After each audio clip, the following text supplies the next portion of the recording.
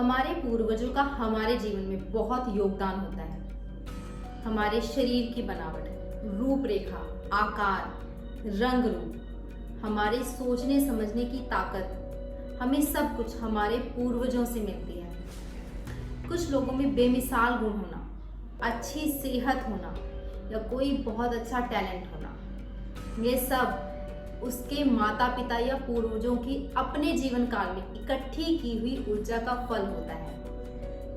और ठीक उसी तरह कुछ लोगों में कम उम्र में गलत कार्य की ओर अट्रैक्ट होना, छोटी उम्र में ही शारीरिक कमजोरियां होना और सही गलत का ना पता चलना, यह भी उनके माता पिता और पूर्वजों की ओर से उनके जीवन काल में इकट्ठी की गई ऊर्जा होती है। चाहे किसी को अपने पूर्वजों से आशीर्वाद में बहुत धन संपत्ति मिली हो या कोई विश्व प्रसिद्ध करने वाला टैलेंट मिला हो या अवगुण मिला हो, पूर्वज हर स्थिति में हमारे अपने होते हैं और उनके निमित्त हमारी जिम्मेवारियों को अनदेखा करके हम अपना जीवन सुखी नहीं व्यतीत कर सकते।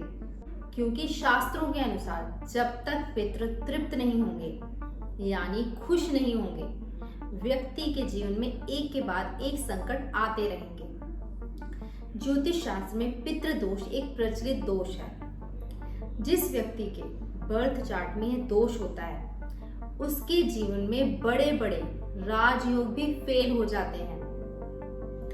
पितृदोष के अंतर्गत व्यक्ति कभी तो धन की जबरदस्त कमी से जूझता है और धन आ जाने पर पता चलता है कि उसकी संतान तो गलत रास्ते पर निकल चुकी है।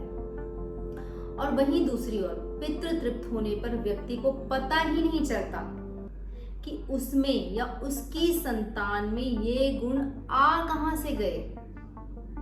पंजाब हरियाणा के ऐसे बहुत से परिवारों ने यह बताया कि जब तक हमारे दादा दादी साथ थे तब तक पैसा कहां से आ रहा था उन्हें खुद नहीं पता था, बस आ बहुत रहा था यह पता था। जैसे ही उनका स्वर्गवास हुआ, सब कुछ एक एक करके चला गया और उनकी कुंडलियां भी अच्छी। तो जैसे ही उनसे उनके दादा दादी या पूर्वजों के निमित्त कुछ शुभ कार्य करवाए गए, उन सबके परिवार दोबारा तरक्की के रास्ते पर आ गए। तो कई बार हमारे पर अच्छे कर्मों के आधार पर चाहे लाख खुशियां लिखी हों, पर अगर हमारे अपने संतुष्ट नहीं है तो हमारे जीवन में खुशियां आएंगी नहीं। अगर आएंगी तो लंबे समय तक रहेंगी नहीं। अब पितृदोष एक बहुत बड़ा सब्जेक्ट है जिस पर भारत के साथ साथ अब तो अमेरिका के साइंटिस्ट भी खूब रिसर्च कर रहे हैं। पर हमारे शास्त्र हमें बताते हैं कि पितृदोष का प्रभाव चाहे कम हो या ज्यादा या बिल्कुल भी नहीं हो, या आपके पितृ आपसे बिल्कुल तृप्त हो, तो भी महीने में एक दिन, बस एक दिन ऐसा होता है जो आपको आपके पूर्वजों से आशीर्वाद प्राप्त करवा सकता है, और वो दिन है अमावस्या का। अमावस्या को सूर्य देव जी और चंद्र देव जी दोनों एक ही राशि में विद्यमान होते हैं और ये दिन पितृगण की संतुष्टि के लिए सर्वश्रेष्ठ होता है। इस महीने की अमावस्या 25 जून दिन बुधवार को पड़ेगी।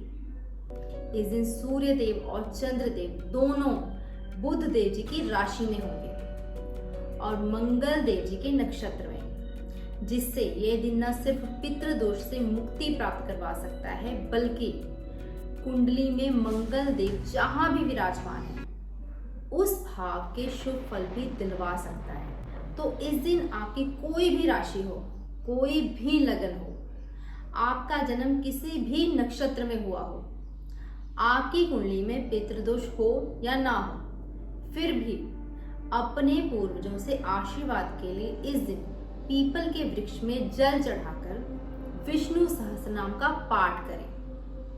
एक ऐसा उपाय है जिससे न सिर्फ आपके पितृ प्रसन्न होंगे बल्कि आपके जीवन में तरक्की के नए रास्ते खुलने लगेंगे। बस एक बात का ध्यान रखें, यह पाठ तिलक लगाकर करें और इसका उच्चारण शुद्ध होना अनिवार्य है। आप अपने प्रश्न मुझे कमेंट में लिख सकते हैं। मिलते हैं अगली वीडियो में। तब तक के लिए हर पल हर श्वास नारायण नारायण।